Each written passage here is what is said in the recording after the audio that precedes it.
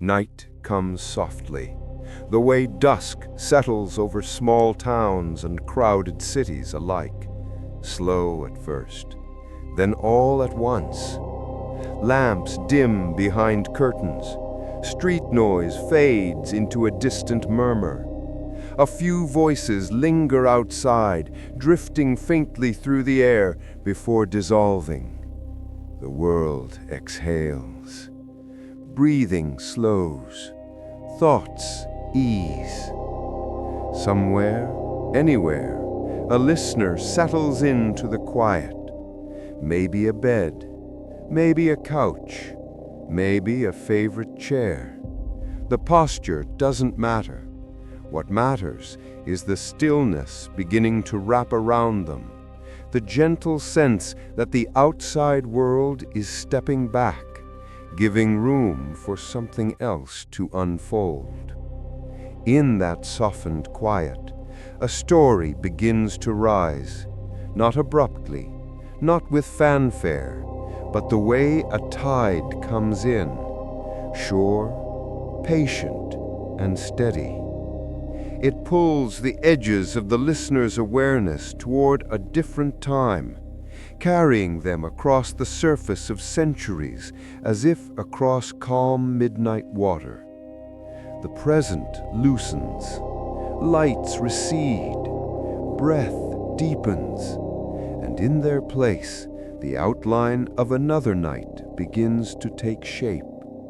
A colder night, a wind-swept night, a night filled with more darkness than light. Not the darkness of fear, but the darkness of a world still untouched by electricity, where shadows stretch long across stone walls and the only glow comes from fire and flame. It is here the story chooses to begin. Before the sea voyages, before the ships and storms, before the accusations and the gallows, before the name KIDD became tangled in arguments and legends and songs. This story begins where all long stories do, with a birth no one expected to matter.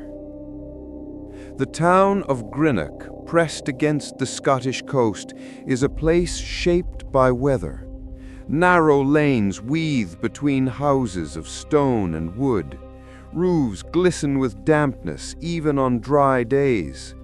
When wind blows from the sea, the whole town seems to shift slightly, like a creature bracing itself. On this night, the wind carries weight.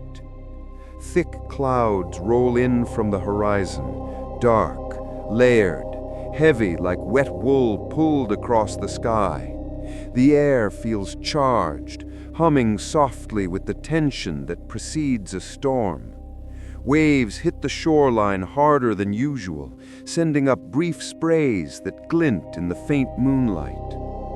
Inside a small home near the harbor, a woman labors through childbirth. The room is dim, the walls rough. The only light comes from a single candle flame trembling on a wooden table. A neighbor woman sits beside her, whispering reassurances. Outside, the storm begins to speak in low rumbles. Rain taps the window, then scratches harder, then slams. Every time thunder breaks, the woman grips the sheets tighter. Her breaths rise in quick, uneven bursts. The world around her shrinks to pain, the candle, and the distant roar of the sea. Finally, after one long breaking contraction, a child arrives. His first cry rings out just as lightning tears open the sky. The candle flickers violently. The shutters rattle. The storm seems to answer him. This is how William Kidd enters the world. Not quietly, not gently, but in the midst of wind and thunder, as if the sea itself insisted on announcing him. A neighbor swears later that the wind shifted direction the moment the baby cried. Another insists that thunder paused just for a second, as though listening. No official record notes any of this. But stories told years afterward cling stubbornly to such details, because sometimes the start of a life feels like a sign, even if no one recognizes it yet. A growing boy in a working harbor town. William grows in a world where the smell of salt never leaves the air. Greenock is not a town of grand estates or polished streets. It is a town of fishermen, rope makers, shipwrights, and dock workers, people whose hands are scarred, whose backs are bent, whose lives revolve around tides and seasons. Children in such places learn early. By 5 years old, William knows how to avoid swinging ropes on a busy dock. By 7, he learns how to coil a line so it won't knot. By 9, he can tell by the color of clouds when a squall is near. His mother works hard. She keeps him fed, clothed, and safe as best she can, but she cannot keep him away from the shoreline. Something about the sea pulls him, not just the noise or the movement or the men shouting orders across decks, something deeper. He watches ships constantly, arriving heavy, leaving light, their sails catching the wind like great wings. He watches crews unloading barrels, pushing crates, hauling nets. Sometimes a sailor smiles at him, hands him a dried fig or a spare nail, and William keeps each small gift as if it were treasure. He also watches his father, a seaman hardened by long voyages and salt-worn storms, a man who moves with quiet confidence across any deck, a man who steps ashore with stories William drinks like water. When his father is home, the boy barely leaves his side. They walk along the harbor. They watch the tides. They sit on crates while his father shows him how to tie knots, the bowline, the clove hitch, the fisherman's bend. These can save your life someday. William believes him completely. One winter, a storm sweeps across the coast, not like the storm of his birth, something harsher. Winds tear across rooftops, waves smash against the harbor wall. Men gather inside taverns instead of working. Ships that venture out disappear into the dark. One of them does not return. Days pass, then weeks. Rumors arrive before confirmation. Someone thinks they saw wreckage. Someone heard survivors were taken by another vessel. Someone knows someone who spoke to a sailor who almost remembers the story. Eventually, the truth comes quietly. William's father is gone, lost at sea. No burial, no body, no closure, just absence. William is too young to understand everything, but old enough to feel the sharpness of that loss. The house becomes quieter, meals simpler, days heavier. Her mother ages faster. Her hands tremble more when she works. Her eyes linger at the window each time a ship horn sounds, even though she knows he will not return. Children who lose a parent to the sea learn something early. The ocean takes as easily as it gives. But strangely, William does not turn away from it. If anything, he draws closer. He begins doing small tasks for sailors, running messages, helping carry rope coils, scrubbing where scrubbers are needed. They pay him in bread, in spare coins, in stories. Always stories. He listens to tales of Barbados, of Jamaica, of New Amsterdam, of storms in the Azores, of waters so clear you can see 30 feet down.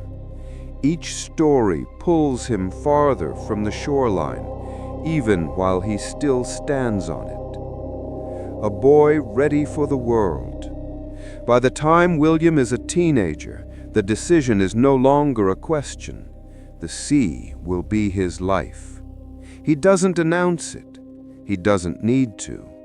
Greenock knows the look in a young man's eyes when the harbor can no longer hold him. One autumn morning, mist clings low over the water, and the harbor smells of wet rope and low tide. A captain short on crew spots William. "You've worked a deck before?" The man squints at him. "Yes, sir." "You can haul your weight?" "Yes, sir." The captain studies him, thin but strong, young but steady. "Be aboard before sunset." That evening, as gulls circle the shoreline and fishermen stack their nets to dry, William boards his first ship. He doesn't know what storms he'll face. He doesn't know what worlds he'll see. He doesn't know the weight his name will one day carry. He only knows that the sea has opened a door, and he is ready to walk through it. Leaving Greenock, first voyage, and becoming a young seaman.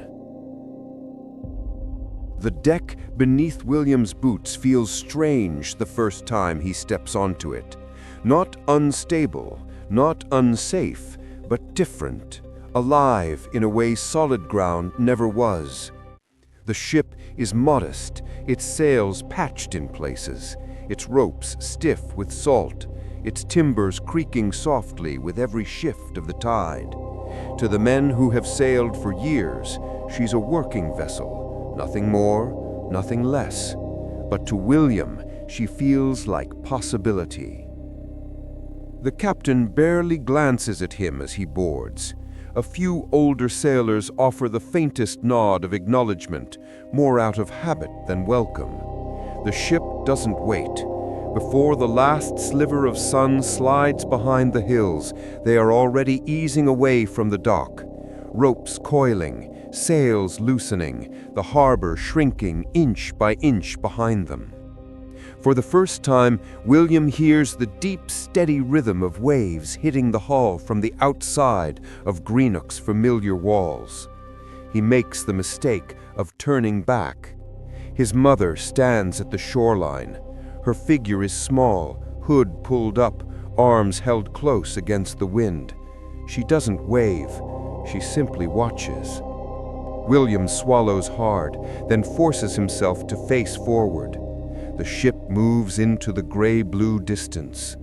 He does not know it yet, but it will be years before he sees her again. Life at sea begins. On his first night aboard, William cannot sleep. The ship breathes beneath him, timbers swelling, ropes straining, sails rustling softly in the dark. The air tastes different too, sharper, saltier, filled with 1,000 unfamiliar scents. He lies in his narrow bunk, listening. Every creak carries meaning. Every shift of the hull against the water is a kind of conversation. By dawn, the gentle motion has settled somewhere inside him, not as discomfort, but as understanding. When he steps onto the deck in the early light, the horizon stretches out in an unbroken line. The gray morning slowly turns silver, and the sea opens wide. There is no Greenock, no hills, no harbor, only water. For some men, this emptiness is unsettling. For William, it feels like freedom. Hard lessons under open sky. The first days are difficult. He blisters, he bruises, he slips. He is yelled at, he is corrected again. The older sailors teach him with the calm impatience of men who have for years seen young boys try to learn faster than the sea will allow. Put your weight behind it. Don't stand there, move. Feel the wind, not just look at it. A gruff Welsh sailor named Merrin shows him the basics of knots, testing him until his fingers ache. A tall Dutchman named Carol teaches him how to climb the rigging without looking down, how to use his legs instead of pulling with tired arms.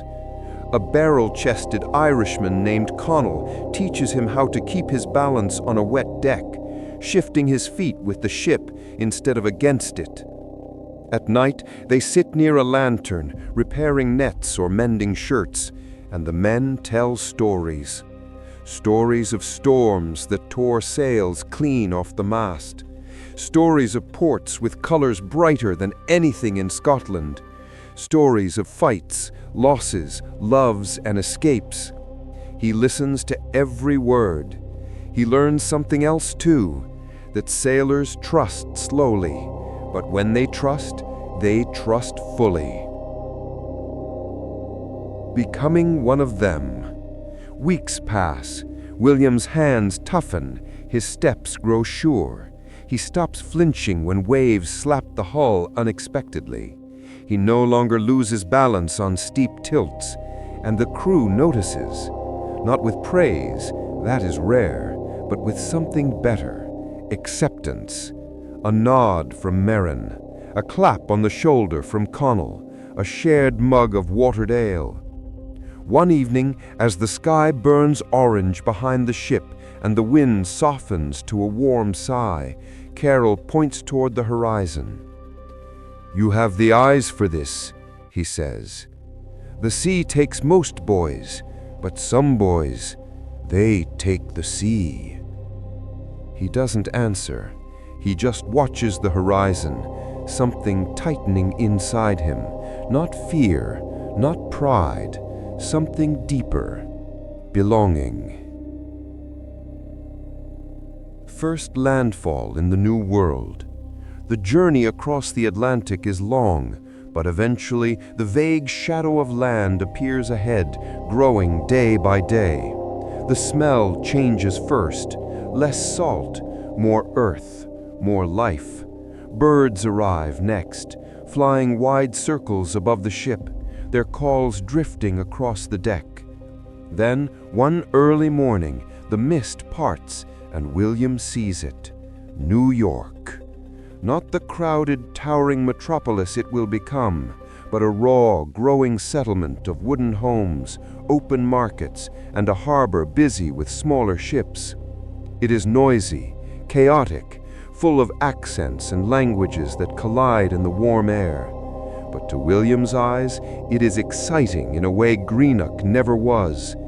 He steps off the ship with new balance in his legs, a sailor's balance, and realizes that he is changed. The ground beneath him does not feel as steady as it once did. It takes him a moment to adjust. The ground is too still, but the rest of him is steady. He knows how to work. He has enough skill to be hired. He has enough hunger to push himself further. He is young, but he is not inexperienced. Not anymore. A new life begins. In New York, William works wherever he can. He carries barrels along the docks. He repairs torn sails. He helps unload cargo at dawn and reload it by dusk. He makes just enough to sleep in a shared room, eat hot stew at the tavern, and keep his knife sharp. He also learns. He learns how merchants negotiate, how captains lie, how sailors gamble, how traders haggle, how goods move across the world like shadows chasing profit. He watches everything. He remembers everything. Over time, he becomes known as someone dependable, someone who doesn't complain, someone who finishes what he starts. Captains trust him, sailors respect him, merchants nod to him, and the sea still calls him every morning. Even when he sleeps on land, his dreams tilt and sway with the memory of waves. A young man forged by two worlds. Years pass, slow at first, then quickly. Work becomes routine. Routine becomes skill. Skill becomes reputation. By his early 20s, William Kidd has grown into a strong, capable seaman. Broad-shouldered, sharp-eyed, quiet in confidence, steady in a storm. He carries himself with a mixture of discipline and caution, born from a childhood shaped by loss and a young manhood shaped by the sea. New York is his home now, more than Greenock ever was. But he has not forgotten Scotland. He has not forgotten the cold evenings standing with his father on the dock. He has not forgotten the knock on the door that changed everything. He carries all of this inside him, like ballast in a ship's hold, weight that keeps him upright, balanced, ready. He does not know it yet, but these quiet years, these years of learning, watching, working, listening, are preparing him for a life far larger than he imagines. A life that will take him across half the world. A life that will test him in ways no sailor expects. A life that will make his name echo across centuries. But for now, he is simply William Kidd, a young man walking along the New York harbor, boots tapping softly against the wooden planks, eyes drifting toward the open sea as if checking whether it remembers him. It does. It always does. Rising tides, the making of a captain. New York grows around William Kidd slowly, the way cities do, brick by brick, ship by ship, life by life. The harbor becomes his second home, and soon the line between home and harbor blurs so completely that he barely notices it. The sound of gulls, the slap of water against pylons, the creak of rigging, the mixed smell of tar, citrus, salt, and tobacco.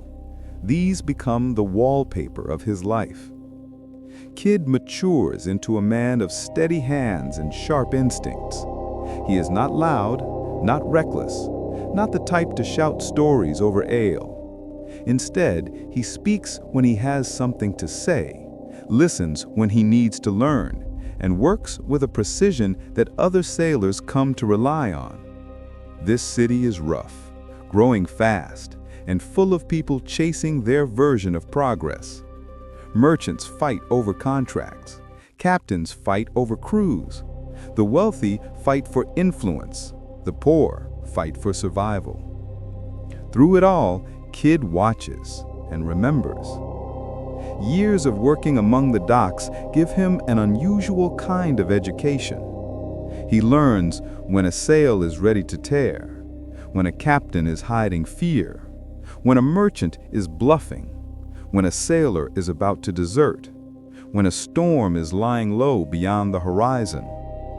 These observations shape him quietly, the way a ship's hull is shaped by thousands of waves that leave no mark you can point to, yet still carve it over time.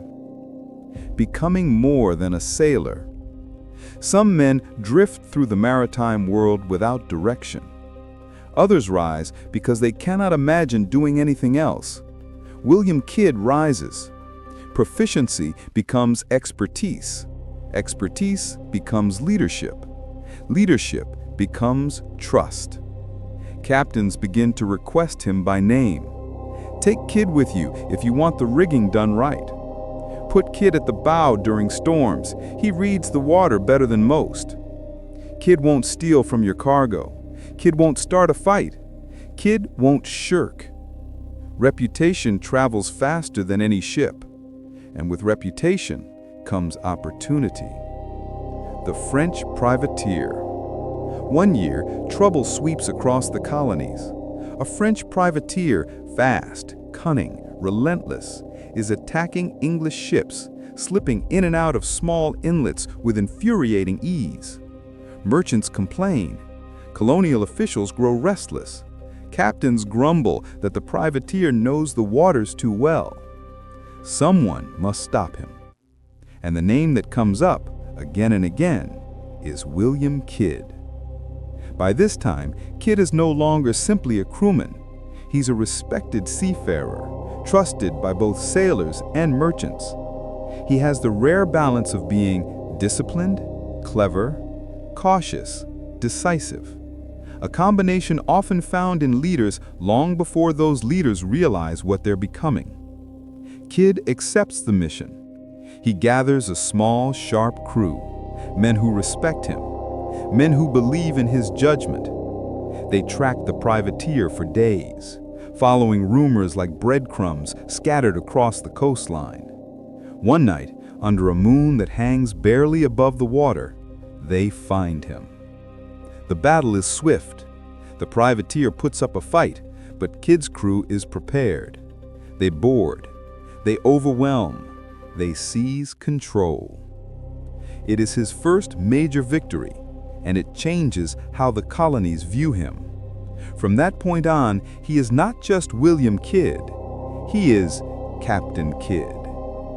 A new place in the world. New York applauds him, not with parades or grand announcements, but with something more subtle and more meaningful. Doors open more easily. Merchants nod to him with familiarity. Dock workers greet him with respect instead of suspicion. Taverns serve him without delay. Important men begin to remember his name. Kidd marries a young woman named Sarah, sharp-witted and strong. They build a life together. They have a daughter. For a brief period, Kidd's life feels settled in the best way possible. He becomes a man of standing, someone who navigates city affairs as comfortably as he does the sea. But deep inside, something still calls to him: the ocean. It waits for him, patient and unchanging. And soon enough, the call grows louder. The world is changing. News travels across the Atlantic with ships arriving from London, carrying letters, supplies, rumors, and politics. The seas near India, the Red Sea, and the Arabian coasts grow more dangerous each year. Real pirates, ruthless ones, are attacking Mughal ships, raiding coastal towns, and slipping away before naval forces can arrive. The East India Company, one of the most powerful financial engines in the world, feels threatened. Trade is disrupted, profits shrink. Influential men complain loudly to Parliament. The Crown needs someone to hunt pirates, someone skilled but not too deeply tied to naval hierarchy, someone trustworthy but not yet powerful enough to resist orders, someone experienced in combat, leadership, and long voyages. Someone like William Kidd. When Kidd is first approached about the mission, he is cautious. The governors and backers describe it in grand terms: a noble duty, a chance to restore order on the high seas, a mission worthy of a man with your skill. They speak confidently, but Kidd senses something else beneath the words: the political weight of the moment, the pressure to make results appear quickly, the need to find a suitable man who can succeed, or take the blame if he does not. The offer, however, is tempting, not because of the glory, but because it aligns with what Kidd already believes. Pirates must be stopped. Chaos must be controlled. The sea must be governed. He accepts, perhaps with pride, perhaps with obligation, perhaps with a quiet hope that this mission will be his greatest achievement. He does not foresee what it will become. No one ever does. Adventures await in London. Kidd sails for London to secure his commission and make preparations. The city overwhelms him at first, its cobblestone streets, bustling markets, towering churches, and politics thick enough to choke on. But he navigates it the way he navigates everything: carefully, quietly, watching, before acting. In meetings with powerful men, lords, governors, businessmen, he performs the role expected of him. Disciplined, measured, capable, confident. They like him. They trust him. Or at least they trust that he will do what they need done. The commission is signed, official, clear enough in its grand intention, vague enough in its practical detail to cause trouble later. But at the time, KIDD sees only responsibility. He takes it seriously. He buys supplies. He gathers officers, and he begins assembling a crew. And then he is given his ship. His strange, hybrid, ambitious ship, the Adventure Galley. First sight of the Adventure Galley. When KIDD first steps onto the Adventure Galley, he is struck by a sense of contradiction. She is impressive, broad, long, with a frame meant for strength. Her masts reach high. Her deck is solid. She carries 34 guns. But she is also experimental. Part sailing vessel, part oared galley. A combination rarely built at this scale. Sails will carry her when wind is strong. Oars will push her when wind is weak. It sounds good in theory. In practice, it will demand relentless labor from her oarsmen. And the tropical waters of the Indian Ocean will test her in ways her designers cannot imagine. KIDD runs his hand along her railing. "This ship can take us where we need to go," he says. He believes it, or perhaps he needs to believe it. The crew, gathered on the docks, watch him closely. A good captain must inspire confidence long before the first wave hits the hull. KIDD knows this. He carries himself with calm authority. The crew nod. Not all smile. Many are restless, suspicious, or worn down from previous voyages. But they follow him. For now, that is enough. A crew as mixed as the sea. KIDD's crew becomes a study in contrasts. Some are veterans, men who have survived storms, mutinies, and battles of their own. Some are young, eager to prove themselves. Some are desperate, hoping this voyage will change their fortunes. Among them stand several men who will shape the journey. Hendrik van der Heul, steady, responsible, a man whose loyalty feels like bedrock. Richard Barleycorn, calm, observant, a thinker and a realist. He watches the crew with quiet awareness. Joseph Palmer, young, hopeful, still soft and places the sea has not yet hardened. William Moore, experienced, skilled, proud, prone to anger, especially when he feels disrespected. Others join, oarsmen, gunners, carpenters, cooks, and seamen from England, Holland, the Indies, and beyond. Some are good men, some are dangerous men. All of them are about to sail together on a voyage that will test them far more than they expect. London to the sea. The morning they depart is clear and bright.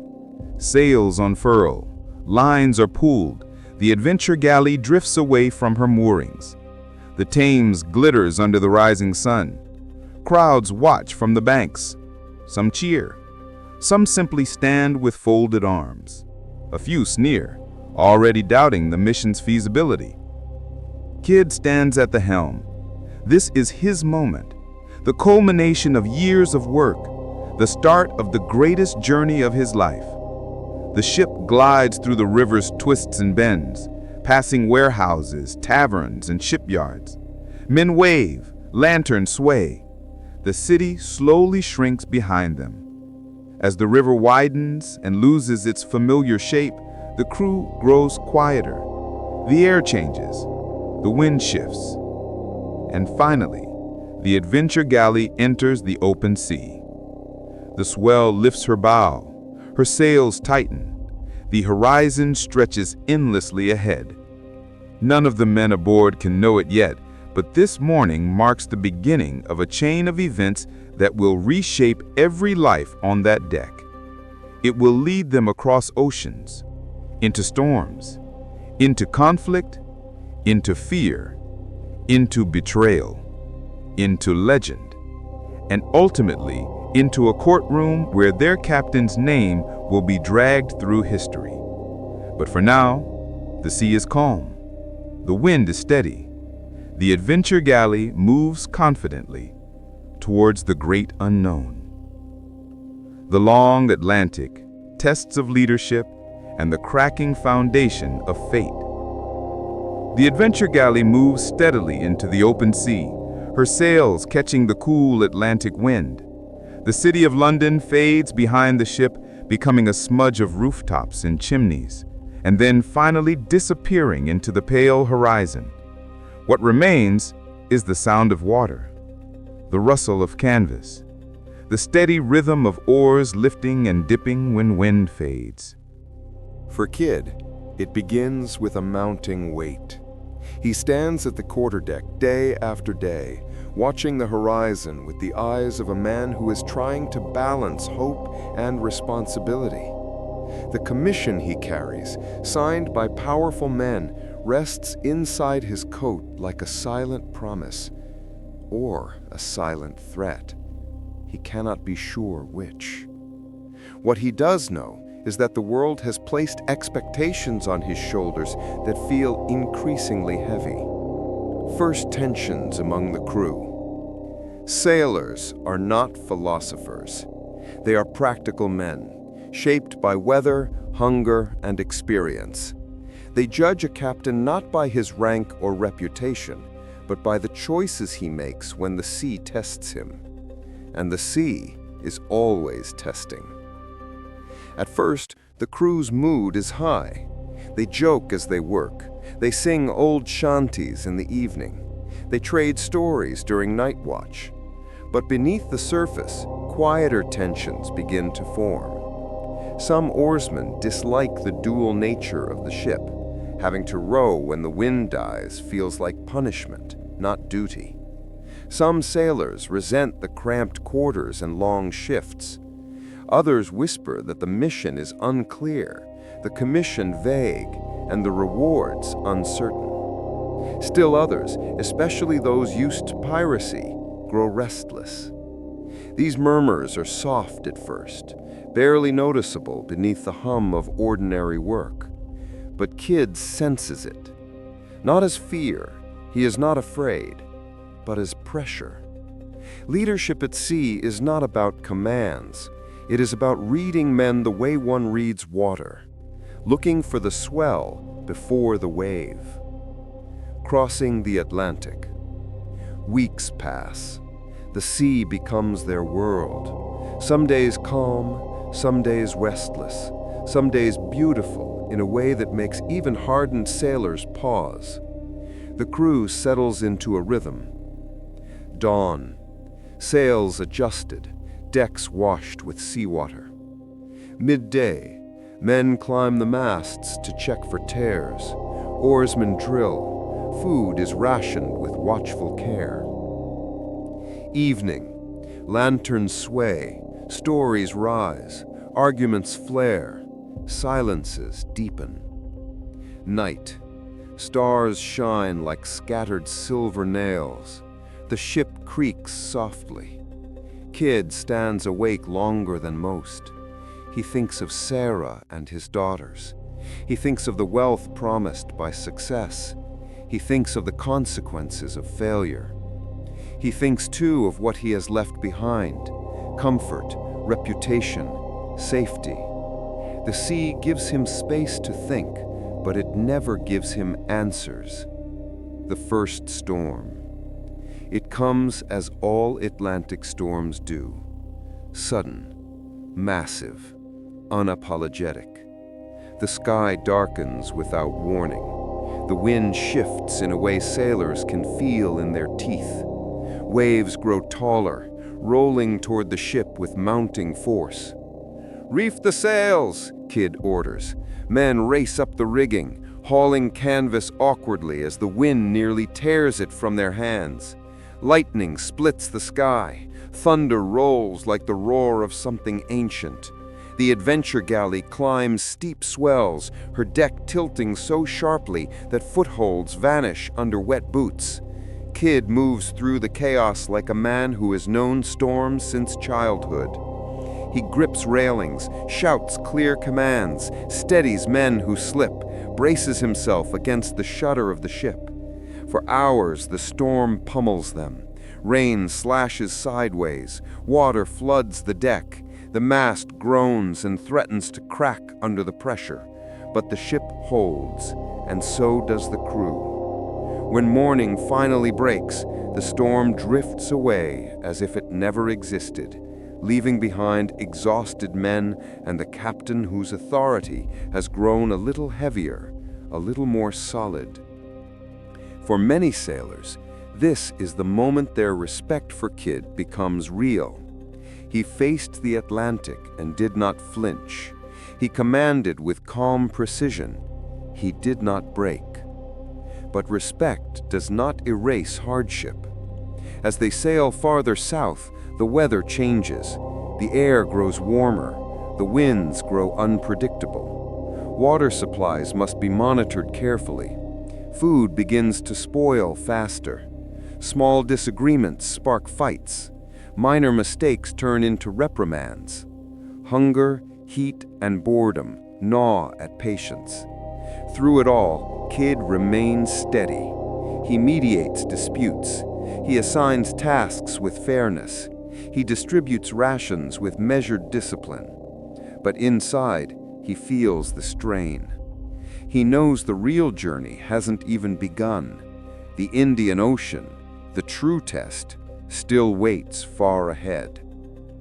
A captain's burden. As days grow longer and the equatorial heat bears down on them, KIDD often finds himself standing alone at the bow. The water stretches endlessly, shimmering and merciless under the sun. The crew sleeps uneasily. Palmer's cough worsens. Hendrik watches men with increasing worry. Barleycorn makes quiet notes of supplies dwindling too quickly. KIDD thinks again of his commission, where the lines between legality and expectation blur into something dangerous. He thinks of the East India Company, of its power, its influence, its history of discarding men who fail them. He thinks of how an entire mission can hinge on decisions made in moments of desperation. He thinks of how the sea, for all its beauty, is utterly indifferent to promises made in distant cities. The Cape of Good Hope. The south tip of Africa is infamous for its storms. Sailors call it the Cape of Storms. Navigators curse it under their breath. The sea churns violently where two oceans meet. When the Adventure Galley approaches it, the crew feels tension tighten every line on the ship. Gray clouds thicken overhead. Wind howls through the rigging. Waves rise like walls of living water. KIDD prepares his men. "Hold your ground," he says. "Trust the ship. Trust each other." The storm strikes with ferocity. Waves crash over the bow. The ship groans under the weight. Oarsmen struggle to keep rhythm when ordered to rows. Gunners tie down cannons that threaten to break loose. Sailors cling to ropes as the wind hurls salt spray like knives. Hours feel like days. The deck tilts dangerously. Barrels break loose. Hendrik shouts for men to brace the bowline. Palmer slips but is saved by Carl's quick hand. And KIDD? He does not retreat from the storm. He moves toward the danger. He shields men from falling debris. He secures ropes that snap free. He keeps shouting until the storm exhausts itself. When the seas finally calm, men collapse again, not cheering, not laughing, but breathing as though their lungs have doubled in size. The Cape lets them pass. But with the passing comes a sobering truth. If this storm was only the journey to the mission, What will the mission itself demand? The Indian Ocean. Once they sail around the Cape, the world changes. The water turns a deeper blue. The air grows hotter and thicker. The nights glow with unfamiliar constellations. The Adventure Galley creaks with new, worrying sounds. The oarsmen begin to blister under the sun. Food becomes scarce. Disease creeps into corners of the ship. And worst of all, they find nothing. No pirates, no hostile ships, no prizes, no success, no justification for the suffering. The men begin to whisper at night, not loudly, just enough for worry to spread like smoke. Did he bring us here for nothing? Does he even know who we're looking for? What if all the pirates have moved on? What if this whole mission was a lie? Barleycorn sees the trouble forming. Hendrik tries to calm men down. Palmer avoids the whispers altogether. KIDD hears fragments. He ignores nothing. Leadership doesn't mean avoiding doubt. It means standing upright, even as doubt presses from all sides. But the Indian Ocean continues to test him. Winds falter. Heat deepens. Water barrels empty faster than expected. Cries of sickness echo below deck. Supplies run low. Desperation grows quietly. Still no pirates. Still no success. Still no clear path forward. Weeks turn into months. The crew's patience thins. Their bodies weaken. Their trust shrinks. And then, one day, a faint shape appears on the horizon. A merchant ship. A real target. A chance to prove the mission is not a failure. The men stand straighter.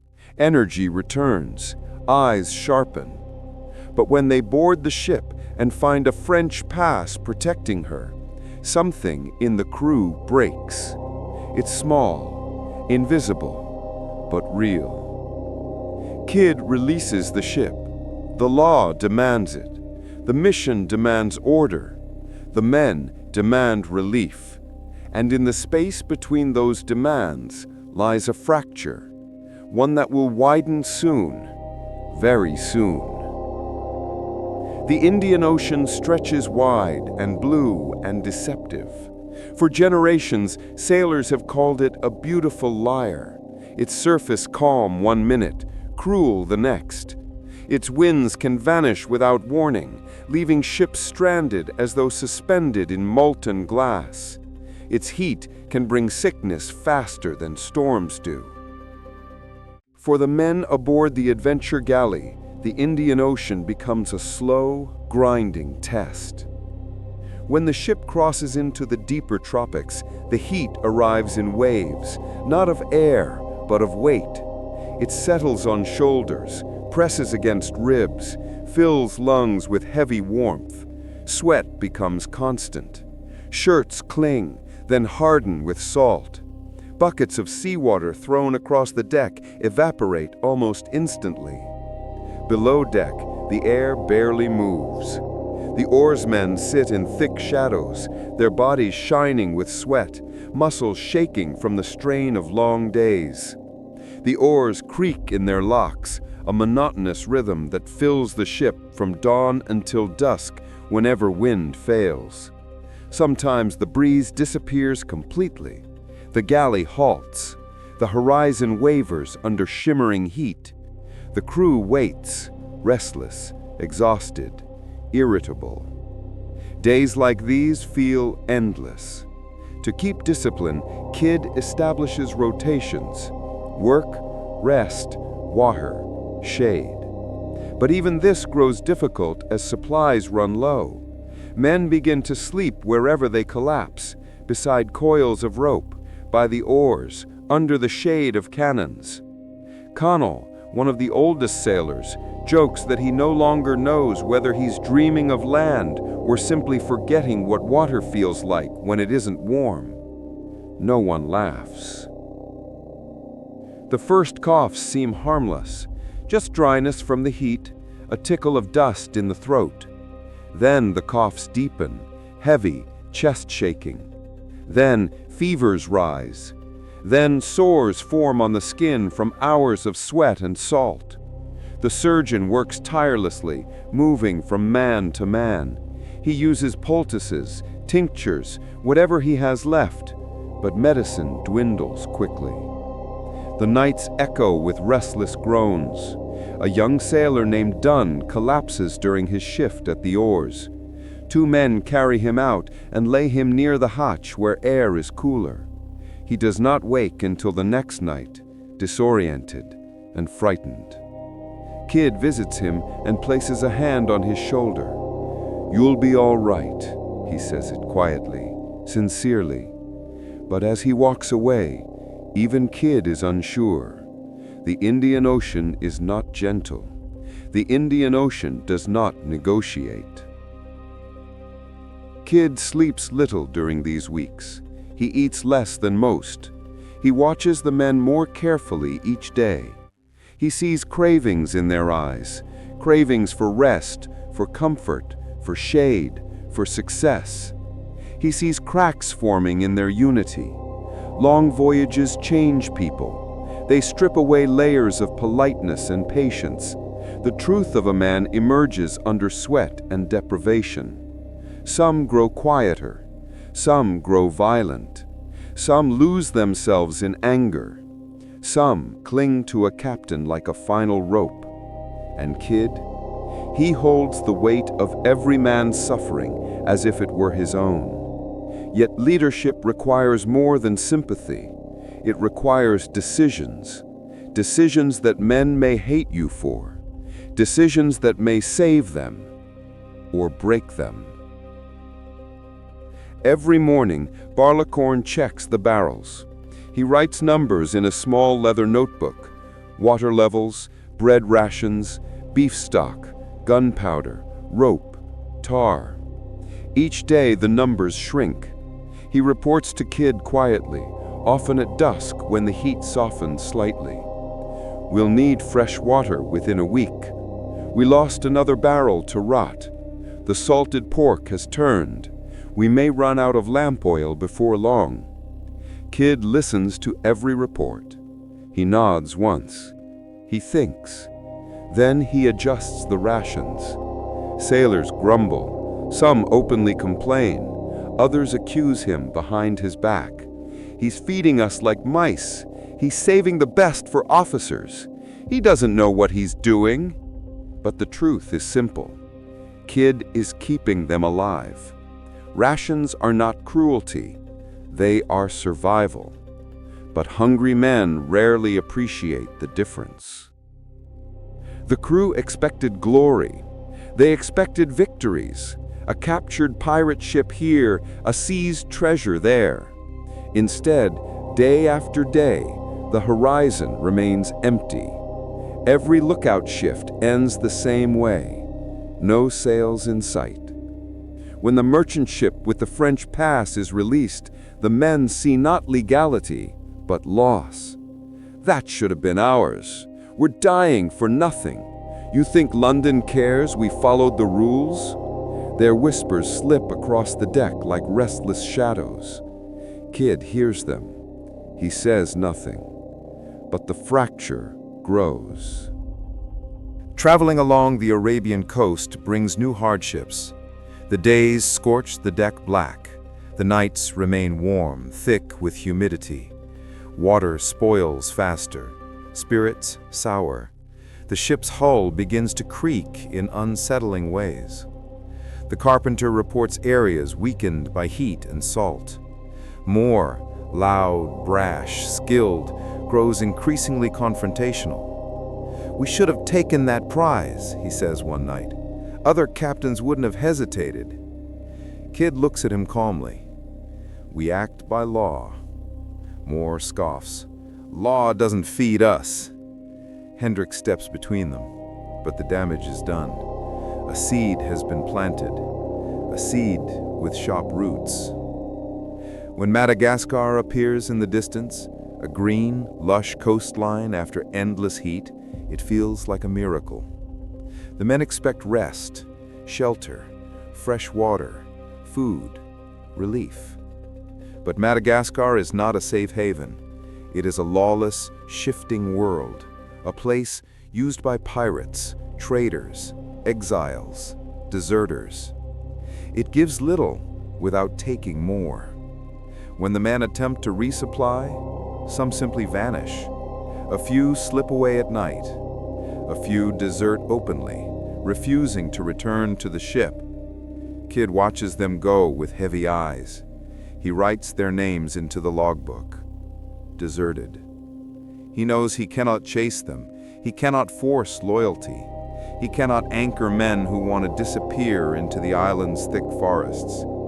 Every name he writes is a reminder that his crew is deteriorating faster than his ship. One afternoon, during a sweltering day when supplies run low and tempers run high, Moore begins loudly criticizing KIDD again. "You're going to get us killed with your caution. We'll be skeletons before we see another ship. Are you captain or clerk?" The men nearby fall silent. Heat pulses through the air like a warning. KIDD, exhausted, worn, strained, warns him, "Stand down." Moore steps closer. Anger radiates off him. His voice cracks with desperation. "You are unfit to command." Something inside KIDD snaps. A thin rope worn to its final strand. He strikes Moore with a wooden bucket. Once. Moore falls. The sound is final. He does not rise again. The deck goes still. The crew goes quiet.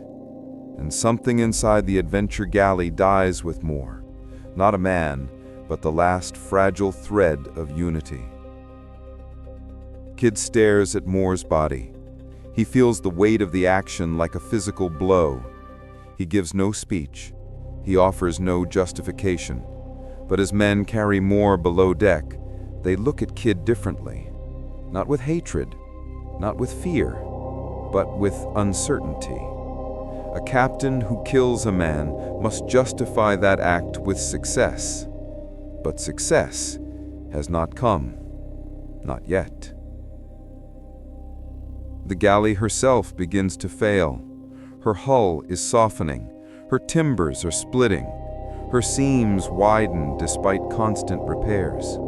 The carpenter comes to KIDD after inspecting the lowest decks. "She won't hold. Not through another month. Not through another storm. Not through a hard gust." KIDD closes his eyes briefly. He nods. The ship that had carried his hopes, his mission, his reputation, his men, and the weight of political expectations is dying. They strip the vessel, remove the guns, salvage timber, gather supplies. Then quietly, the Adventure Galley settles lower in the water and slowly disappears beneath the surface. The men watch silently as the sea closes over her. KIDD watches longest.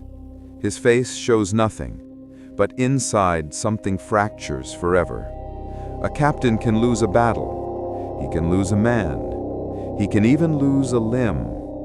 But losing his ship, that is a wound deeper than flesh.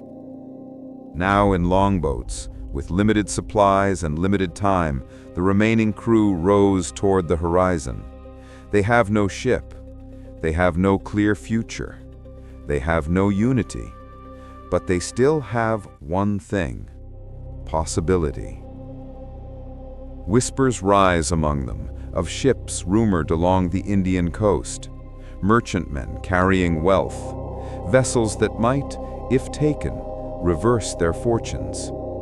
Men row harder, eyes sharpen, hearts race. Then one morning, a lookout shouts from the bow, "Sail, large sail to the northeast." The men stand, strain their eyes, and there it is, rising from the horizon like a pale mountain of canvas. The KIDD merchant, a ship heavier than any they have seen, a ship filled with goods from far lands, a ship with a complicated allegiance, a ship that will determine the fate of every man now rowing toward her, especially William Kidd. The morning the Quedagh merchant first appears, the sea is unusually quiet. Not calm, quiet. As if the wind itself is holding back, waiting to see what choice will be made. Her sails rise slowly from the horizon, like pale wings. First, a faint white sliver, then triangles growing clearer, then the unmistakable outline of a massive, richly loaded ship. The men in the longboats stop rowing for a moment, awestruck. This ship is large, too wealthy, too promising. The kind of ship that can change everything. Palmer is the first to speak, voice low and reverent. She's heavy with cargo. Hendrik shades his eyes. Cargo enough to make every hardship worth it. Barleycorn silently calculates possibilities, his quiet gaze fixed on the distance. And Kidd? He watches the vessel with a stillness deeper than the sea. This is the crossroads, the moment every long journey hides somewhere in its heart, the moment that changes the rest of a man's life. They row closer, slowly, cautiously.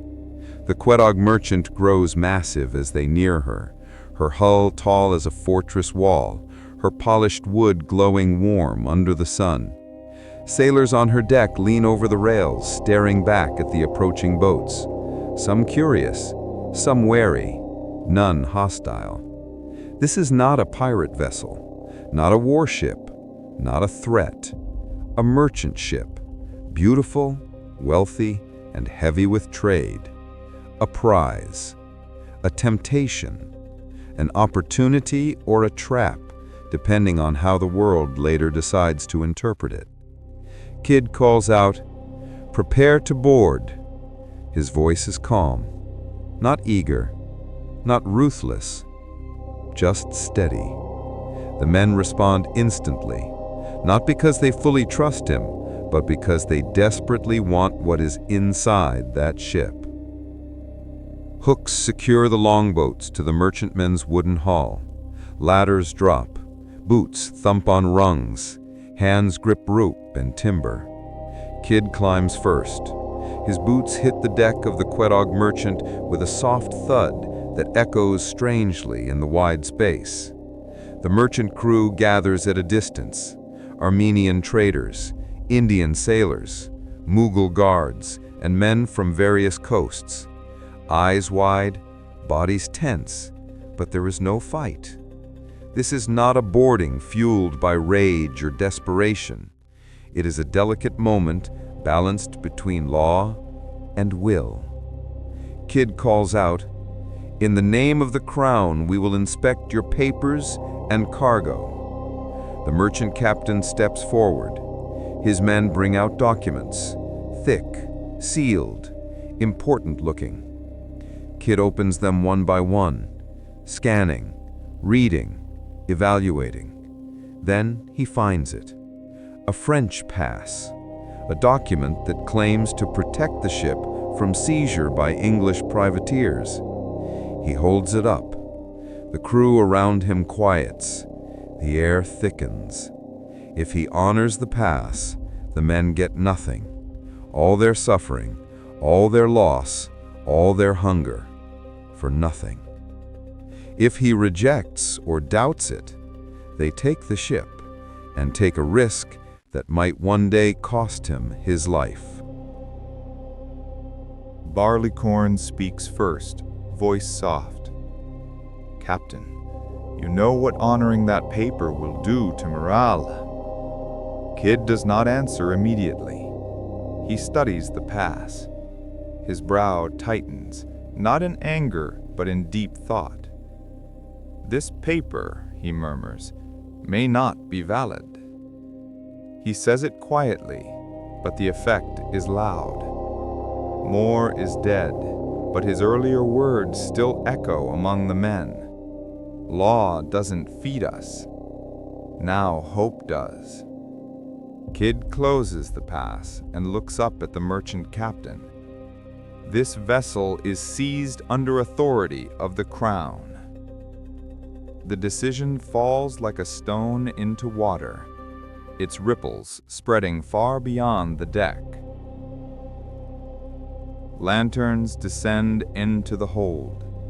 At first, the dim light reveals only shapes: bundles, chests, crates, barrels. Then the canvas coverings are pulled back, and the wealth of distant lands glows in the lantern flame.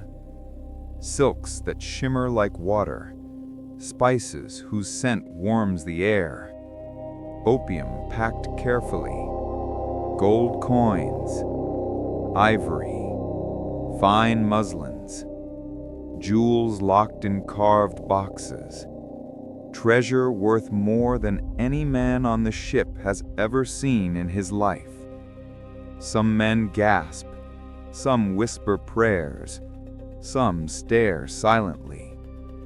Palmer reaches out and touches a bolt of deep red cloth, softer than anything his rough hands have ever held.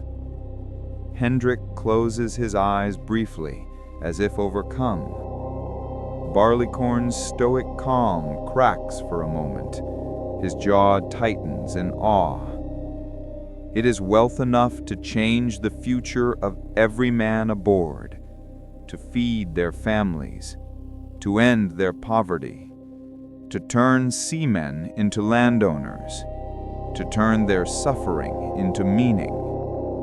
Kidd watches them. For a moment, he allows himself to breathe. This prize could validate the entire mission, or destroy it, depending on what the world later decides. But for now, the men feel alive, for the first time in months. The next morning, the sun rises orange and soft over calm water. The men gather on the deck of their newly claimed vessel. Kidd stands before them. "She will sail under a new name," he announces. Silence. Anticipation. The Adventure Prize. Some men smile, others nod. A few cheer weakly, exhausted but hopeful. The name binds the ship to their fallen galley, a way of honoring the vessel they lost, a way of pretending that fate has not turned its back on them. But ships are not saved by names, nor are men. Victory brings relief. Relief brings relaxation. Relaxation brings temptation. Within days, quiet shifts begin in the crew's behavior. A crate moved slightly out of place, a missing silk scrap, a coin not accounted for, a spice jar vanished. Small things, petty things, but small things matter. Barleycorn discovers the first hidden stash, a cloth-wrapped bundle tucked behind barrels. He confronts the sailor responsible, not with violence, but with disappointment. The sailor mutters, "We've earned it." But had they? Legally, morally, according to the commission, according to the crown? The answer shifts depending on who asks. Barleycorn reports quietly to Kidd. They've tasted fortune. That taste doesn't fade easily. Kidd exhales slowly, the burden settling deeper. Keep watch, but don't turn this ship into a battlefield. He knows the line between discipline and revolt is thin. He cannot afford to cross it. Not yet. The Adventure Prize sets course toward home. from Indian waters to Arabian seas, from the Red Sea to the wide Atlantic, a journey long enough to wear down any crew. Each day blends into the next. Heat grows, food spoils, water runs low, spirits fluctuate, and rumor spreads faster than illness. Rumors that their treasure might be illegal, rumors that London is impatient, rumors that the crown may not reward them, rumors that KIDD might not share honestly. Some start quietly questioning their captain's motives. Others begin imagining their own futures apart from him. Some wonder aloud, why give any of this treasure to England? Why trust men who've never seen the Indian Ocean? Why not take what's ours and vanish? It is not mutiny yet, but it is something close. The fragile balance of loyalty hangs by a fraying rope. KIDD responds to the rising tension not with force, but with firmness. He cuts no special rations. He shows no favoritism. He enforces fairness with quiet consistency. He speaks to the men when needed, explaining that prize-taking is lawful under commission. Shares will be distributed. London will judge them by their conduct. Some believe him. Some only pretend to. Some watch him with eyes that see possibility, dangerous possibility. A crew no longer united by hardship is a crew easily divided by wealth. KIDD knows this. He feels the atmosphere tightening around him like rope. As they near the Caribbean islands, the warmth of familiar coasts does little to soften the growing dread. At small ports, men slip ashore and disappear, some with excuses, some without a word. Each desertion leaves a gap, not just in labor, but in trust. KIDD marks each name carefully in the logbook. He does not chase them. A leader can command many things, but not the will of a man whose heart has already left the ship. Sailors in taverns begin murmuring troubling things. That's KIDD's ship. Wasn't he supposed to hunt pirates? He took a Mughal vessel. Word from London says his commission is in question. Rumors sharpen like knives. They cut faster than truth can heal. KIDD senses the danger rising ahead, not in storms, but in politics, the most unpredictable sea of all. And the crew senses it too, senses that they may be sailing toward judgment instead of triumph.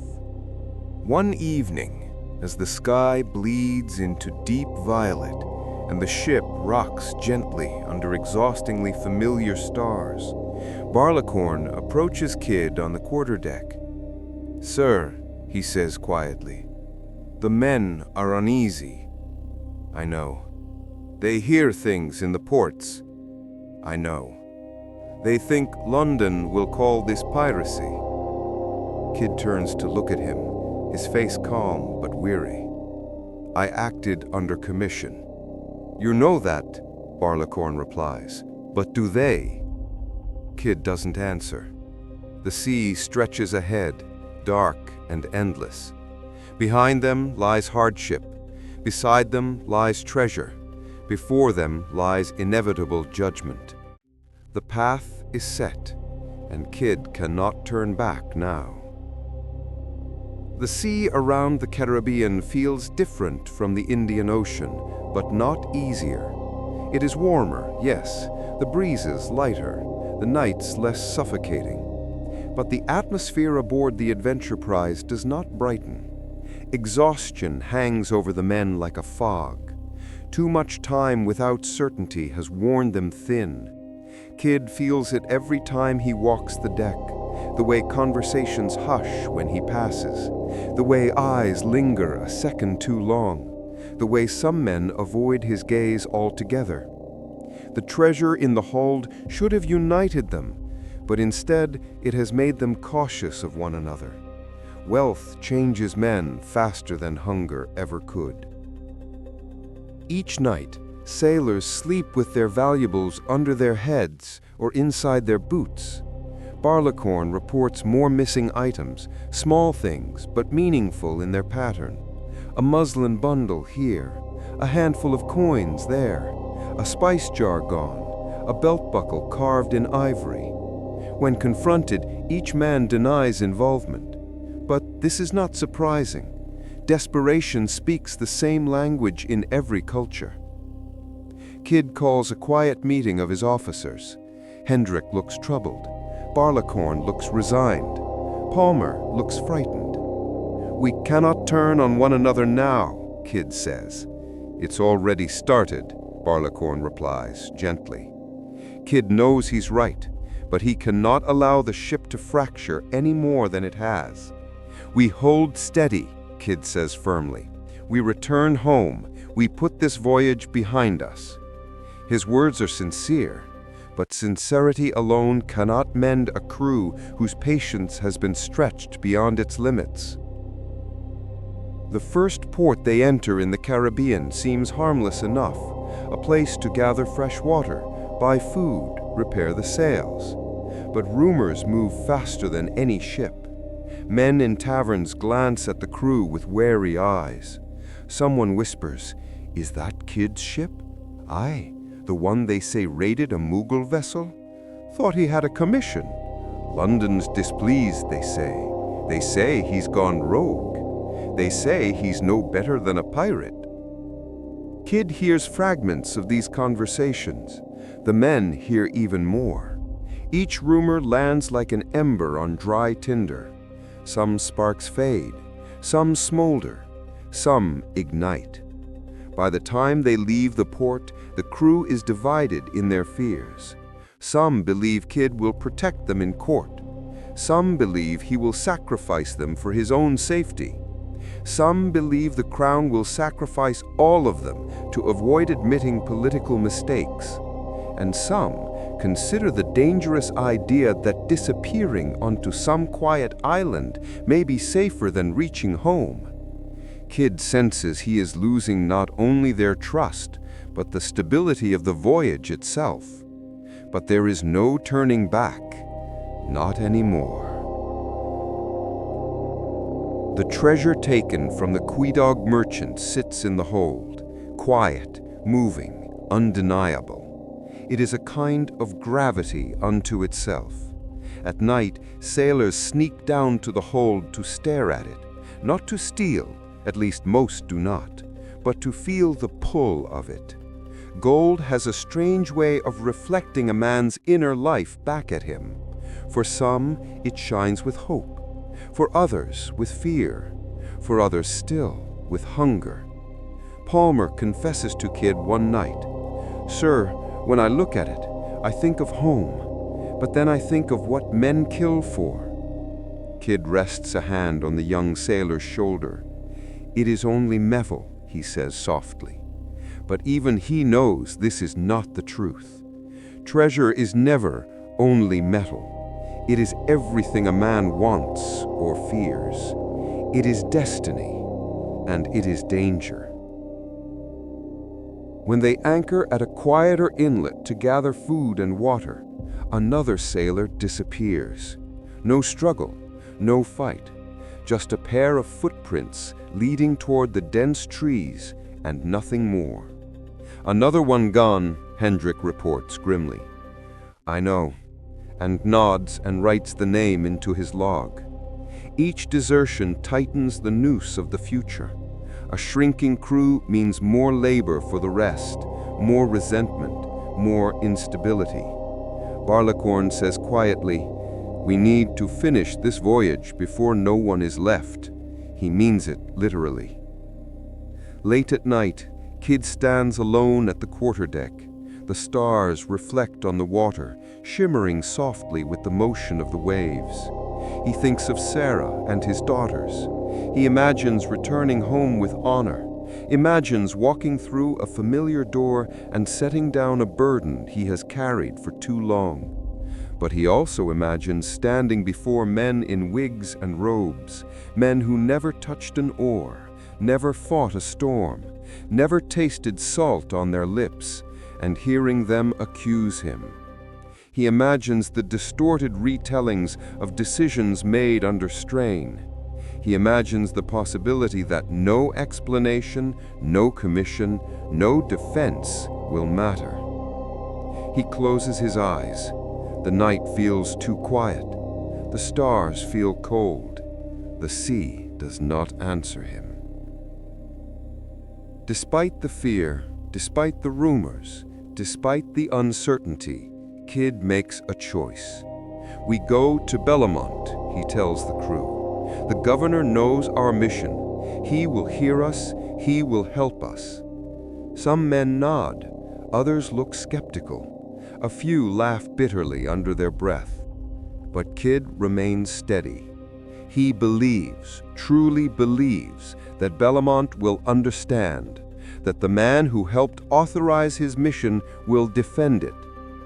He is wrong, but he cannot see that yet. The last leg of the journey feels like walking toward a door that may open or slam shut or fall off its hinges entirely. Storms return, though smaller than the Cape. Sails tear, food spoils, men grow thin and haggard. Yet the ship keeps moving, forward, always forward.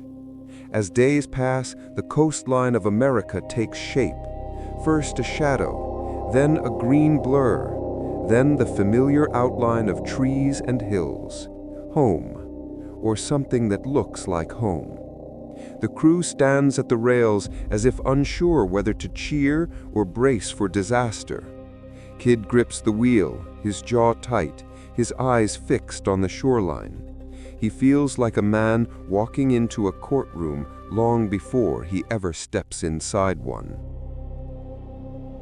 When the Adventure prize drops anchor, the reception is not what KIDD expected.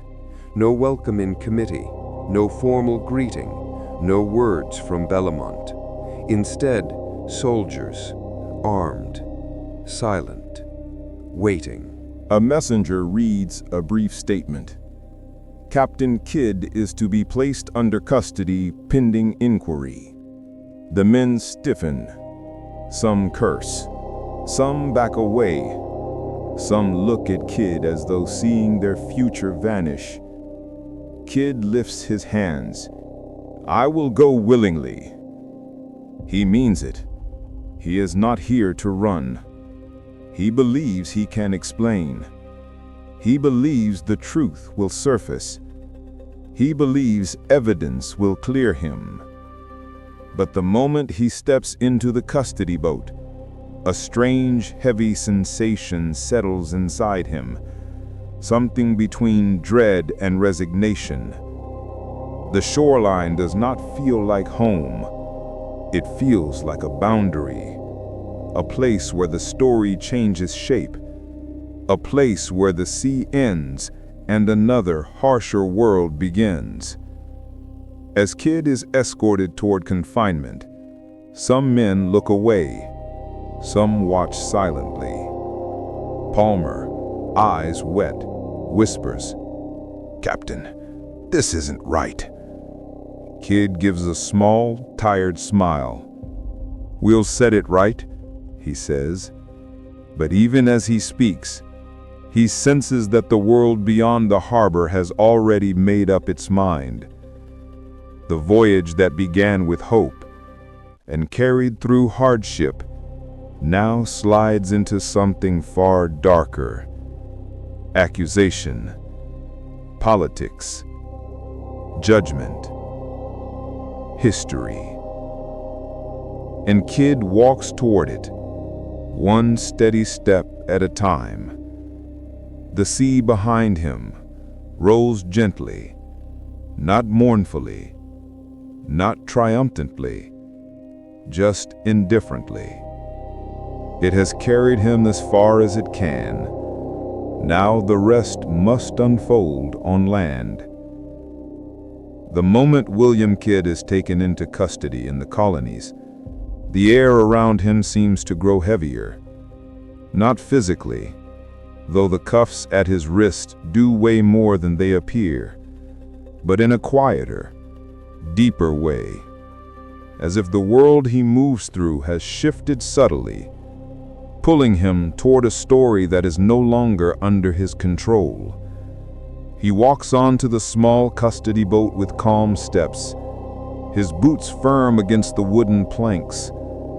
The crew watches him from the rails of the Adventure prize. Some look frightened, some look angry, some look defeated. A few among them look heartbroken. But Kidd does not raise his voice. He does not fight. He does not plead. He understands something the others cannot yet see. Once accusations take shape, they rarely dissolve. They harden like cooling metal, and he is sailing directly into them. The small room where Kidd is initially held is sparse. Bare walls, a rough cot, a single window that barely opens. He sits on the cot straight-backed, his hands resting on his knees.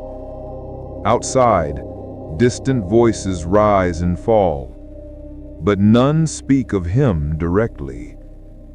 He has time, too much time, to think about the voyage, about the death of Moore, about the treasure in the hold, about the commission, the passes, the laws he followed, about the men who fled on islands and the ones who stayed, about Bellamont.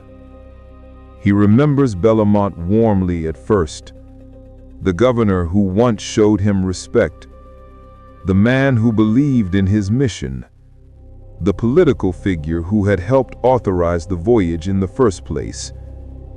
Kidd had placed his trust fully in Bellamont. He had believed that the truth would matter. He had believed that loyalty would be honored. But powerful men live under different tides, tides made of reputation, influence, and political safety.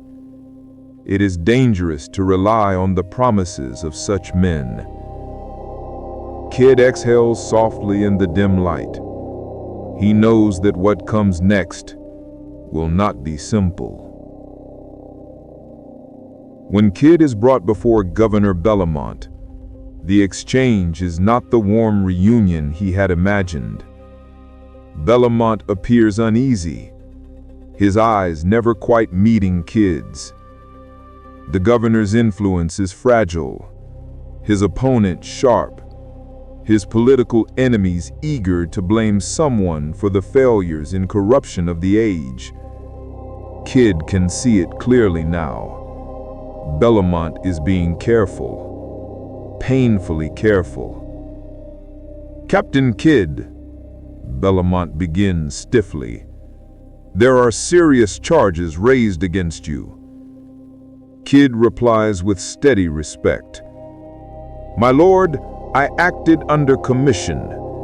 Every seizure I made was lawful. The Quaidag merchant carried a French pass. Bellamont's expression does not change. I am not empowered to judge you here. Kidd almost laughs at the irony. Not empowered to judge, but empowered to arrest.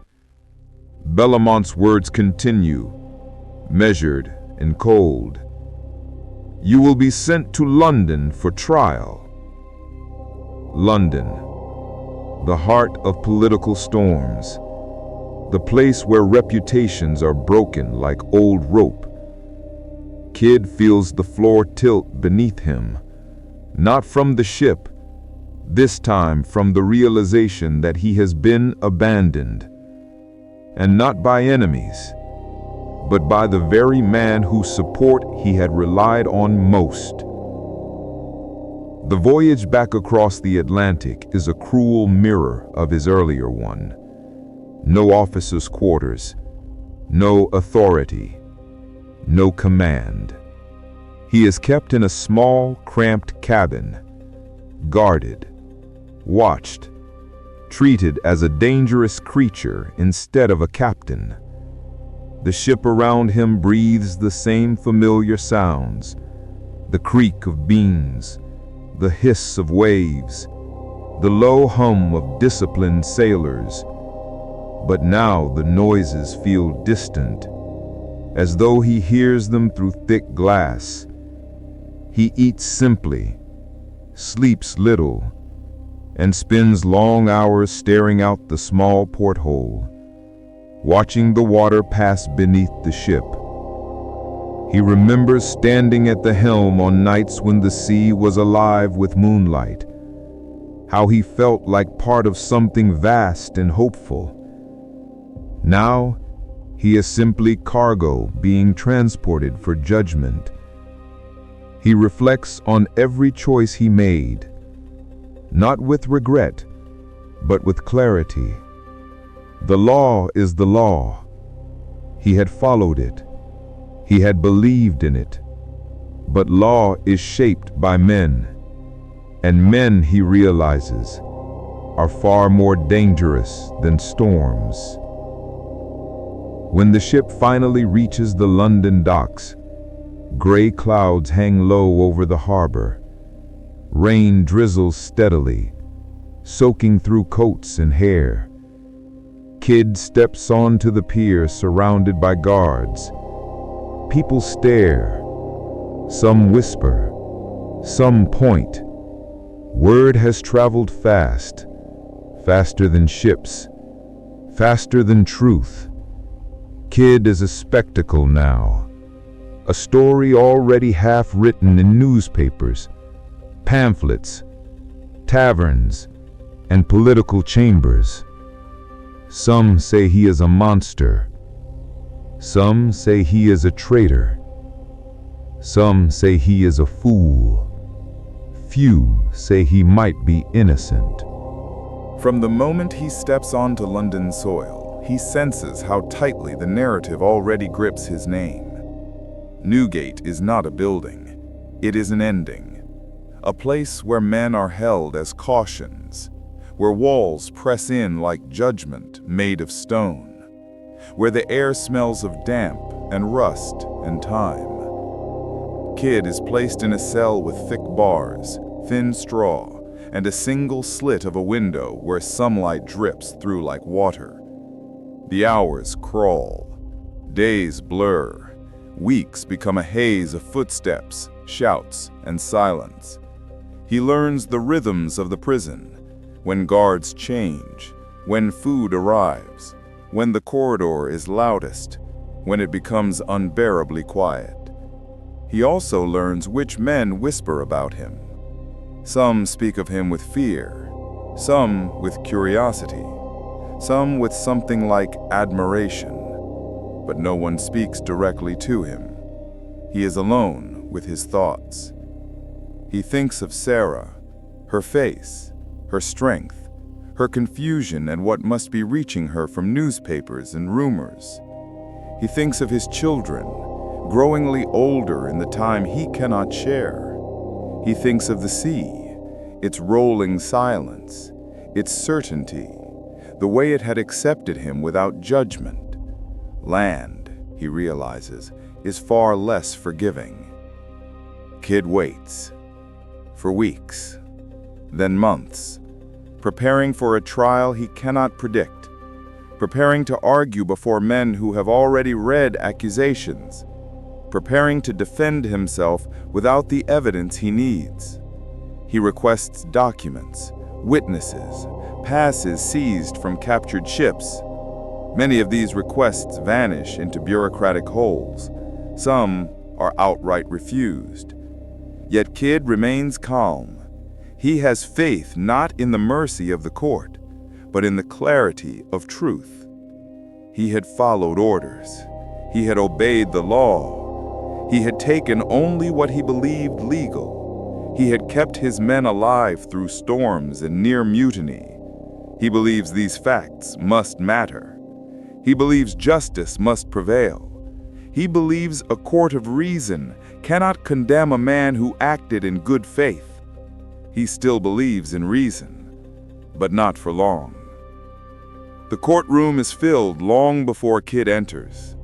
Men from the public squeeze together for a glimpse. Pamphleteers hover near the doors. Merchants lean in to hear every word. Political rivals arrive to confirm what they hope will be the outcome. When Kidd is brought in, the crowd whispers rise like wind through trees. Some mutter, "That's him, the pirate. Look at him. He doesn't seem dangerous. That's what makes him dangerous." Kidd stands straight, hands bound before him, jaw tight but calm. He feels as though he is not a man, but a story being acted out for entertainment. The charges are read. Accusations of murder, accusations of piracy, accusations wrapped in vague legal language that twists truth into knots. He answers each point firmly, without trembling. "I acted under commission. I followed orders. I seized only ships I believed lawful. I killed no man except in defense during mutiny. Bring the passes. Bring them to the court." The room swells with murmurs as he requests the French passes. This is his strongest defense. The very documents proving the Quedagh merchant was protected under French authority. But the court's answer arrives like a hammer. The passes cannot be located. It feels impossible. They were taken, documented, held by officials, and now they are missing. Kidd feels something inside him sink. Not despair, not defeat, but recognition that this trial is not designed to discover truth. It is designed to produce a result, and that result is already decided. Witnesses are limited. Some are unavailable. Some have conveniently disappeared. Some fear speaking in Kidd's favor. Those who do testify give accounts filtered through fear, years of hardship, or political pressure. Moore's death is twisted into murder. The crew's suffering is twisted into evidence of Kidd's cruelty. The capture of the Quedagh merchant is twisted into piracy, ignoring the legal complexities of wartime passes. Kidd attempts to present logic. We were far from safe waters. We acted under duress. We faced desertions, storms, starvation. But logic is not wanted. A public villain is wanted. A name to attach to the failures of a political system cracking under its own corruption. And Kidd, strong, visible, once celebrated, makes a convenient scapegoat. When the verdict is delivered, the room is silent. Guilty, not whispered, not softened, declared firmly, as though the court believes the weight of the word can bury the man standing before it. Kidd closes his eyes for one slow breath, not because he is surprised, but because he knows this is the moment where one life ends and another, one made of stories and legends, begins. He stands straight. He does not break, but he feels something detach inside him, a quiet acceptance that the world he trusted has abandoned him entirely. Kidd spends his final nights in Newgate listening to the sounds he has grown too familiar with. Footsteps, mutters, the low, distant cries of other prisoners. He has allowed a minister. He has allowed paper to write to his wife. He has allowed time to pray, though he spends much of it simply thinking. He does not fear death. He fears the lies that will survive him. He whispers to the minister one night, "I hope the truth finds its way out." The minister replies softly, "Truth always floats. Sometimes it just takes longer than a lifetime." Kid nods thoughtfully. He hopes the man is right. Outside, the Thames moves peacefully. Shops open and close. Children laugh in alleyways. Ships come and go. The world continues, indifferent to the man waiting for the gallows. Morning arrives cool and pale on the day chosen for Kidd's execution. A thin mist rises from the Thames, drifting above the water like a soft veil, blurring the line between river and sky. The air tastes faintly of salt, smoke, and damp earth. It is neither a cruel morning nor a gentle one, simply quiet, as if the city itself hesitates. Guards come for Kidd just after dawn. He rises without protest. His hands are bound, but his posture remains steady. He walks calmly through the dim corridors of Newgate, past iron bars and stone walls that have listened to countless final footsteps. When he steps out into the open air, the mist brushes his face. It feels strangely familiar, like sea spray carried on wind. He breathes deeply, perhaps for the last real time.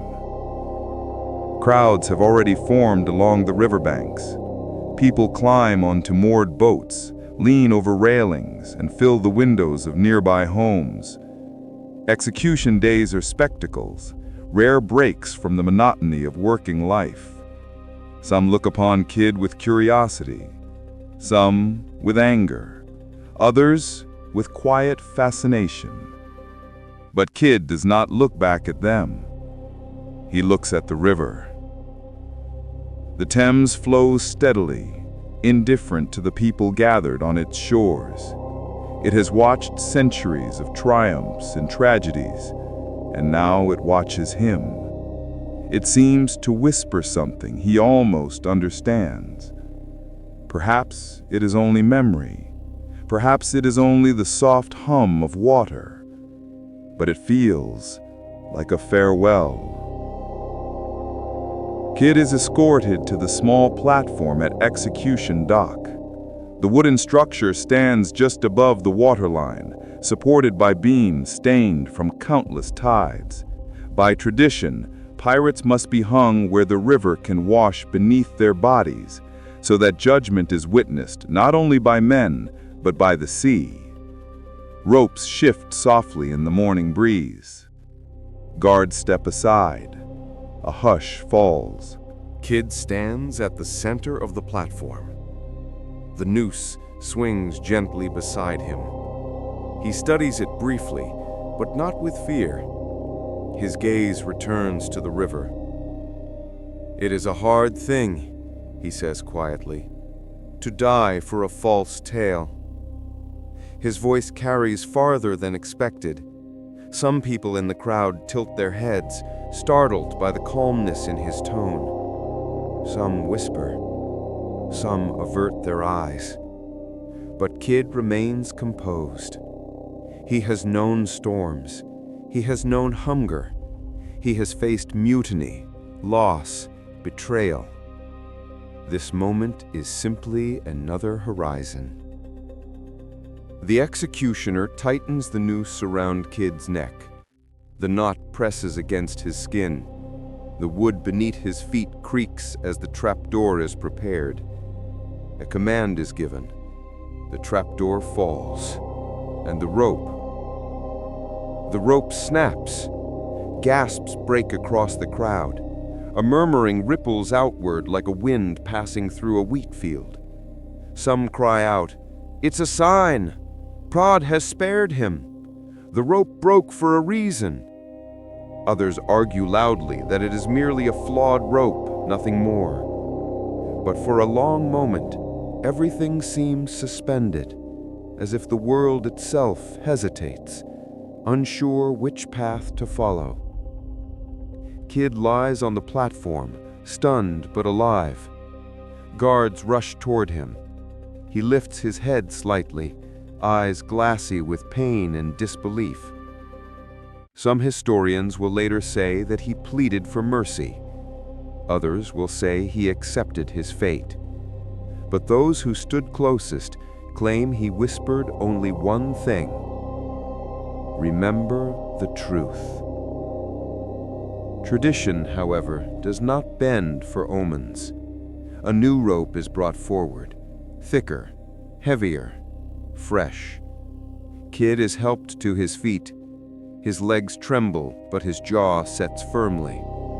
He meets the executioner's eyes. He nods once, a gesture not of surrender, but of dignity. The noose is placed around Kid's neck again. This time, there is no pause. The signal is given. The trapdoor falls, and the rope holds. William Kidd dies at execution dock. Not as the monster described in fearful pamphlets, nor as the villain political rivals painted him to be, but as a man caught between law and power, a man who believed his commission protected him, only to learn too late that paper shields are fragile things. After his execution, Kidd's body is taken downriver to Tilbury Point. There, following Admiralty tradition, his corpse is coated in tar, a grim preservation meant to make him a lasting warning. His body is then placed in an iron cage and hung from a tall wooden post near the water. Days pass, weeks pass. The tide washes beneath him. Sailors avert their eyes as they pass, yet many still whisper his name, because something in his story feels unfinished. Something in the way he died, in the rope that broke, in the evidence withheld, in the contradictions of his trial, makes people uncertain. Was he truly a pirate? Or was he a scapegoat for powerful men eager to hide their own dealings? Opinions vary, rumors grow, legends take root, and Kidd's name becomes no longer a matter of law, but a matter of myth. Sarah receives the news quietly. There is no dramatic collapse, no public scene, no outburst of grief. Only a long, silent breath and the slow closing of her eyes. She raises her children without bitterness, but with a kind of solemn strength. She keeps some of Kidd's belongings, a piece of cloth, a letter, a knife he carried at sea. And for the rest of her life, whenever she stands near water, she thinks of him. Not as a pirate, not as a villain condemned by courts, but as the man she married, the father of her children, the sailor who believed in order even when the world did not. In her memory, he remains whole. Years drift by like waves across a calm sea. London changes, ships grow larger, empires expand and contract. New trials overshadow old ones, but some stories refuse to fade. Children in London begin whispering tales about the pirate whose rope broke. Sailors tell each other Kidd's final words as though they were prophecy. Pamphlets circulate with exaggerated versions of his crimes. Tavern songs turn him into a tragic hero or a wicked villain, depending on the singer. The truth hides inside these versions, unseen but persistent, like a coin at the bottom of a riverbed. And the Thames, which watched Kidd's last breath, carries his name down its currents, out toward the sea he once ruled. Water remembers what men try to forget. Decades later, scholars revisit the records of Kidd's trial. They find missing documents. They find letters that contradict old accusations. They find evidence of political pressure, pages that were hidden or lost, and testimonies that were never permitted. They begin to argue. William Kidd was no pirate. He was used. He was betrayed by governments who needed someone to blame. He was unjustly condemned.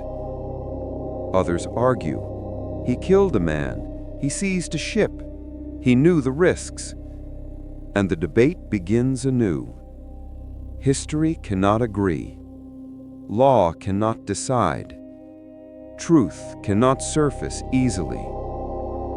But legends thrive in such spaces, and Kidd becomes something stranger than a criminal or a hero. He becomes a question. Far away in warm Caribbean waters near Hispaniola, the remains of a ship sleep beneath waves. Timbers softened, nails rusted, cargo long gone. Centuries pass before divers discover her. When they do, something stirs in the world again. Newspapers across continents break the news. Ship believed to be Kidd's adventure prize found. Historians debate. Treasure hunters swarm. Documentaries form. Speculation rises like surf against rocks. But the sea says nothing. It simply opens its hands and reveals what it held for centuries. Not as proof, not as defense, just as memory. The story of William Kidd does not end with a verdict, or with a rope, or with a ship found underwater. It ends somewhere softer, somewhere in the spaces people do not see. In the quiet corners of harbor towns, where sailors still tell stories at dusk. In the hush before sleep, when a listener imagines distant waves. In the memory of a man who was neither purely villain nor purely victim, but something far more human. A sailor, a father, a man who made choices under pressure. A man whose courage was real. A man whose fate was shaped by forces he could not control. A man history cannot quite classify. A man the sea never fully released. Night falls once more, gentle, cool, and patient. Somewhere, a listener drifts closer to sleep. Thoughts fade. Breathing slows. In the quiet between waking and dreaming, the story of William Kidd dissolves softly, not vanishing, but settling like silt at the bottom of calm water. And perhaps, in that drifting moment, one can almost hear the sea whispering, low, rhythmic, unending, carrying his name through tides and time and memory. Long after Captain Kidd's name faded from courtrooms and newspapers, long after the sea had washed away the last traces of his footsteps, a different kind of story began to rise, not in the chambers of kings or the desks of scholars, but in the quiet corners of taverns, along lantern-lit docks, and inside the minds of those who felt the call of adventure in their sleep. It didn't begin as history. It began as a secret, a whisper, a possibility. And possibilities have a magic of their own. Sailors traveling through old Atlantic routes began to carry a tale, that before Kidd was captured, before soldiers closed around him like a tightening net, he'd made one last journey to a quiet shore shaped like a crescent moon. Some said the island was in the Caribbean Sea. Some said the coast of Madagascar. Others swore it lay somewhere along the American shores, a place only marked by strange rocks and a tree bent by storms. But every version agreed on one thing: Kidd buried something valuable enough to risk his life, something he wanted the world to discover, or perhaps never discover at all. The idea alone was enough to ignite sparks in the hearts of wanderers, and sparks, when shared, grow into flames. In the flickering lamplight of old inns, drinkers leaned close and lowered their voices. They say he dragged 3 heavy chests ashore. He buried them by torchlight. There were symbols carved into rocks as signs. A map was torn into pieces. Each storyteller added a little more, a missing detail filled with imagination. A hesitation turned into mystery. And over time, the story changed shape, not as lies, but as dreams. Dreams of gold coins clinking softly in wooden crates, jewels wrapped in silk, a captain's last secret, a clue hidden in the pattern of waves, islands that appear on no official chart. Someone once claimed that Kidd whispered to a dying crewman, "The sea hides my truth, the earth hides my treasure." Whether he truly said it does not matter. The world believed he might have, and that was enough. No single map survived intact, but fragments, real or invented, began to circulate. Some showed an X, some showed spirals, some showed broken coastlines, some carried doodled symbols, a star, a crooked tree, a skull-shaped rock, a compass rose pointing toward nothing. Treasure hunters studied them like holy scripture. They pored over lines, measured angles, traced landmarks, stared long into candlelight trying to decode meaning. And at night, when the world grew quiet, those same hunters dreamed of Kidd stepping onto an unknown shore, his boots sinking into warm sand, his men struggling under the weight of 2 huge chests. They imagined Kidd looking over his shoulder as if he sensed the future watching him.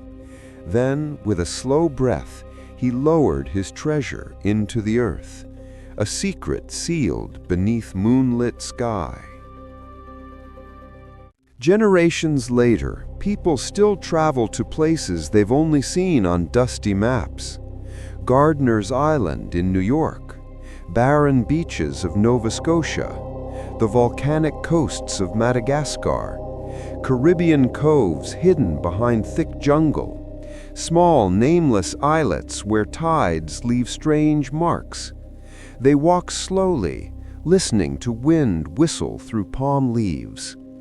They feel the sand shift beneath their feet. They study the angles of rocks and the lean of ancient trees, asking themselves, did Kidd stand here? Did he mark this stone? Is the treasure below me? And though they rarely find more than shells, driftwood, or a glint of rusted metal, something inside them never feels disappointed, because treasure hunting is never just about treasure. It's about possibility, and possibility is worth searching for. The sea itself seems to enjoy keeping the mystery alive. Waves erase footprints, tides move sand, currents carry objects farther than any map can predict. Storms bury secrets deeper. And sometimes, Just when the world starts to forget, the ocean gives back a relic, a rusted hinge, a fragment of an old musket, a handful of coins encrusted with coral, a length of chain green with age, a piece of carved wood. Small things, not enough to prove treasure exists, but enough to prove it might. The ocean does not reveal everything. It only reveals enough to keep the dream alive. And dreams, especially dreams of buried treasure, have a strange endurance. Sometimes the most lasting legends are born not from facts, but from the human need to believe there is something extraordinary hidden in an ordinary world. KIDD's treasure is not only gold, it is adventure, discovery, mystery, the thrill of almost, the spark of the unknown, the feeling of waking from a dream with sands still on your hands. For listeners drifting toward sleep, the myth becomes a gateway, not to danger, but to wonder, to the feeling of standing on a beach at dusk, wind brushing your hair, waves whispering secrets, and the realization that somewhere underfoot might lie a chest placed there centuries ago by a man who never got to reveal his truth, a man whose life ended on a scaffold, but whose legend never touched the ground. As the night deepens, the world grows quieter around the listener. Breathing slows, thoughts soften, the boundary between imagination and reality thins. And in that soft space, the story of KIDD's hidden treasure becomes a personal dream. A shoreline shaped like a crescent moon, a lantern flickering in the warm dark, boot prints leading toward a cluster of rocks, a tree bent just slightly, as if pointing, a shovel sinking into cool sand, a sound, wood beneath earth, a moment where time holds its breath, and then the slow, creaking lift of a heavy chest. Whether it contains gold or only silence does not matter. What matters is the possibility, the adventure, the quiet thrill, the sense that something extraordinary lies just under the surface, something waiting, something calling, something like a dream you can walk into. Treasures come and go. Maps fade, legends shift, but KIDD's myth remains, not because the treasure must be real, but because the hope is. Hope glinting like a coin under shallow waves. Hope buried like a secret in warm sand. Hope drifting across centuries in the voice of a story.